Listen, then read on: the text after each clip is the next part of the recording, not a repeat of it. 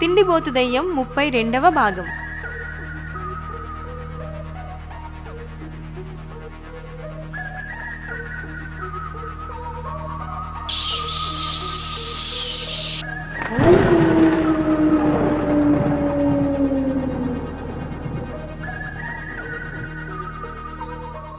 నలుగురిని తీసుకురమ్మంటే ఇద్దరినే తీసుకొచ్చావే, భయం తగ్గిందా బోరా?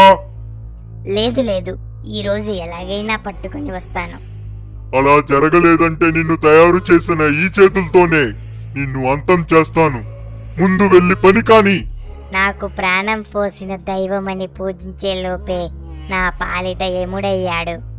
బోరా, నీ బూర మోగించక ముందే ఇక్కడి నుండి బయలుదేరు. సిలక ఇది సితారాంది సిలక, చొక్కేసి పాడాలి రాత్రి పగలనక. జిలేలమ్మ జిట్ట మంది కోసమే పుట్టా, జిలేలమ్మ జిట్.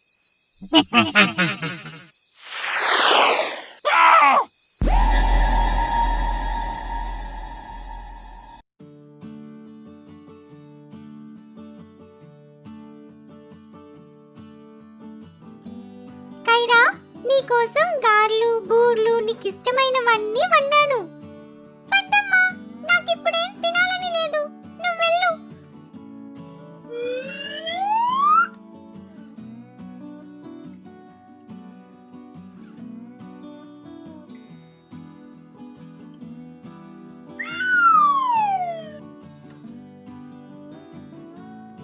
అక్క అక్క, ఏంటి ఎప్పుడు ఏదో ఒకటి ఆలోచిస్తుంటావు? నీకు జోక్ చెప్పనా? అమ్మేమో అక్కెందుకు అలా సైలెంట్ గా కూర్చుందని అడిగింది. అప్పుడు నేనేమన్నానో తెలుసా? అక్క లిప్స్టిక్ అడిగితే నేను ఫెవిస్టిక్ ఇచ్చానని చెప్పాను. హాహాహాహా. నీకు నవ్వు రాలేదు కదా? పోనీ ఇంకో జోక్ చెప్పనా? వద్దురా.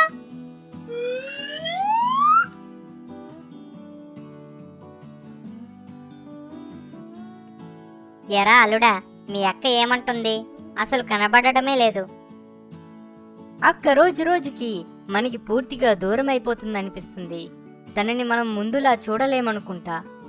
ఇలా వదిలేస్తే ఎలా? ఎన్నాళ్ళయిందో అది నన్ను అమ్మా అని పిలిచి, దాన్ని ఇలా చూడలేకపోతున్నాను. జరిగిన దాని గురించి అందరం బాధపడుతున్నాం, కానీ కైరా మాత్రం ఆ విషాదం నుండి బయటపడలేకపోతుంది. వాళ్ల బాధకు అర్థముంది. దరక్ష దయ్యాల దీవికి దూరమైన తరువాత కైరా తను చేపట్టిన బాధ్యతను మాయారికి అప్పగించింది. ఆ రోజు నుండి గతాన్నే తలుచుకుంటూ కుమిలిపోతూ ఉంది. వాళ్ల కుటుంబం తనని ఆ పరిస్థితిలో చూసి తట్టుకోలేక మాయారి దగ్గర ఏదైనా పరిష్కారం ఉందేమోనని వెళ్లారు. తన మనసులో నింపుకున్న బాధను చెరిపివేయడం ఎవరితరం కాదు, కానీ మెదడులో ఉన్న జ్ఞాపకాల్ని నా మాయలతో బంధించగలను. దరక్షని తన ఆలోచనల నుండి తుడిపివేయలేను గాని జరిగిన సంఘటనను మరుగు చేయగలను అని చెప్పి మాయారి తన మంత్రశక్తులతో కైరా హృదయంలో నింపుకున్న విషాదానికి కారణమైన జ్ఞాపకాలన్నిటినీ బంధించింది.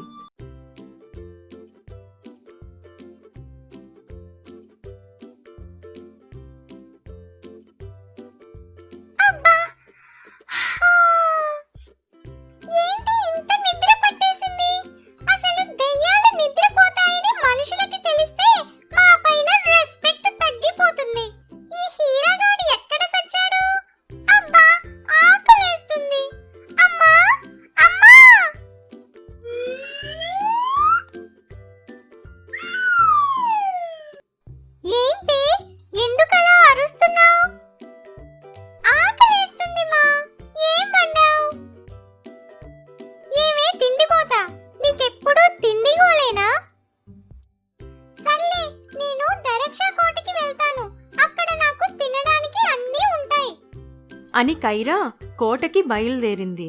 వెనకే తమ్ముడు హీరా కూడా వెళ్ళాడు. ఛాయా కావాలనే తన కూతురుతో అలా మాట్లాడింది, ఎందుకంటే తన పరిస్థితి ఎలా ఉందో తెలుసుకోవాలని. కైరా కోటలో దరక్ష లేకపోవడం చూసి తన గురించి అందరినీ అడిగింది.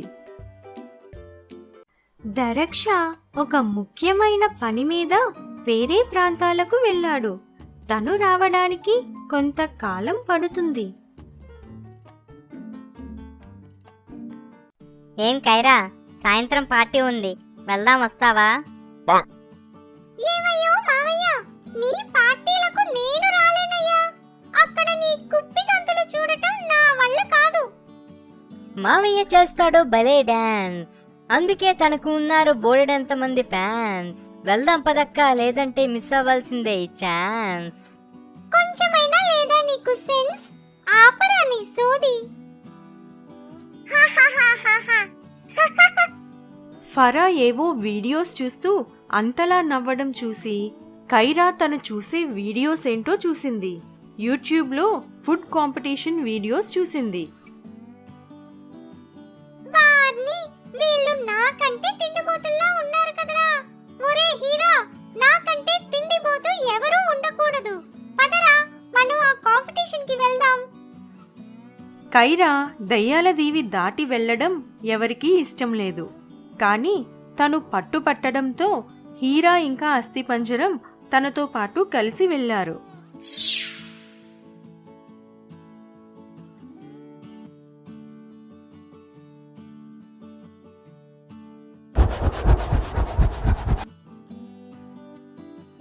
అక్క, నిన్నిలా చూస్తుంటే అన్ని మింగేసేటట్టున్నావు. నిన్నసలు పోటీలోకే రానివ్వరేమో. అవునా? అయితే ఇప్పుడు చూడు.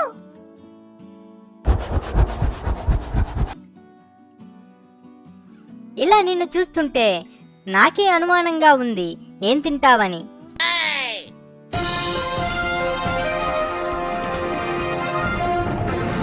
హాయ్ ఫ్రెండ్స్, నేను మీ ఫుడ్ ట్యూబర్. మన ఛానల్లో ఈరోజు మన యూట్యూబ్ స్టార్, తినడానికే పుట్టిన తిండిపోతులకే తిండిపోతు, మీ అందరి ఫేవరెట్ బాబు. ఇక మొదలు పెడదామా?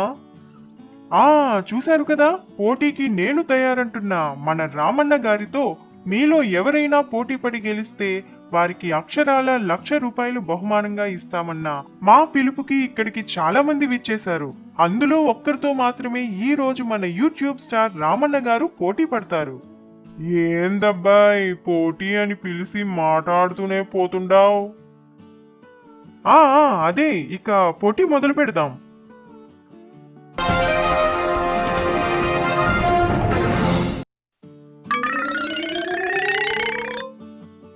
పది ప్లేట్ల తందూరి ఖాళీ.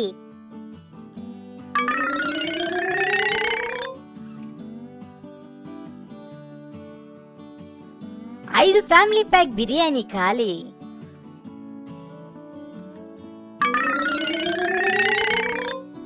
50 కోడిగుడ్లు ఖాళీ.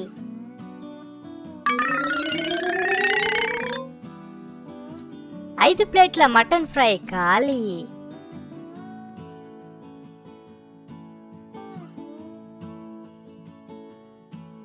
ఒరే హీరా, పాపం బక్కోడు పెద్దగా తినడనుకొని వీణ్ణి సెలెక్ట్ చేశారు.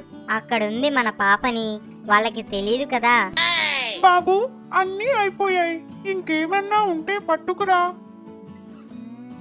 వామ్మో, మన రామన్ననే బీట్ చేశారు. మీది మామూలు తిండి కాదు. ఏమయ్యా, పోటీ మొదలుపెట్టు అన్నావు. దీనికేనా? నీ పైన నమ్మకంతో 1,00,000 రూపాయలు ఇస్తానన్నాను. నాకు డబ్బులేవి వద్దండి, స్నాక్స్ అయిపోయాయి కదా. రాత్రికి భోజనం ఏర్పాటు చేయండి చాలు. మా అక్కంటే ఏమనుకున్నారు? మొదలెడితే ఆగదిక జోరు. మరి తయారుగా ఉన్నారా మీరు?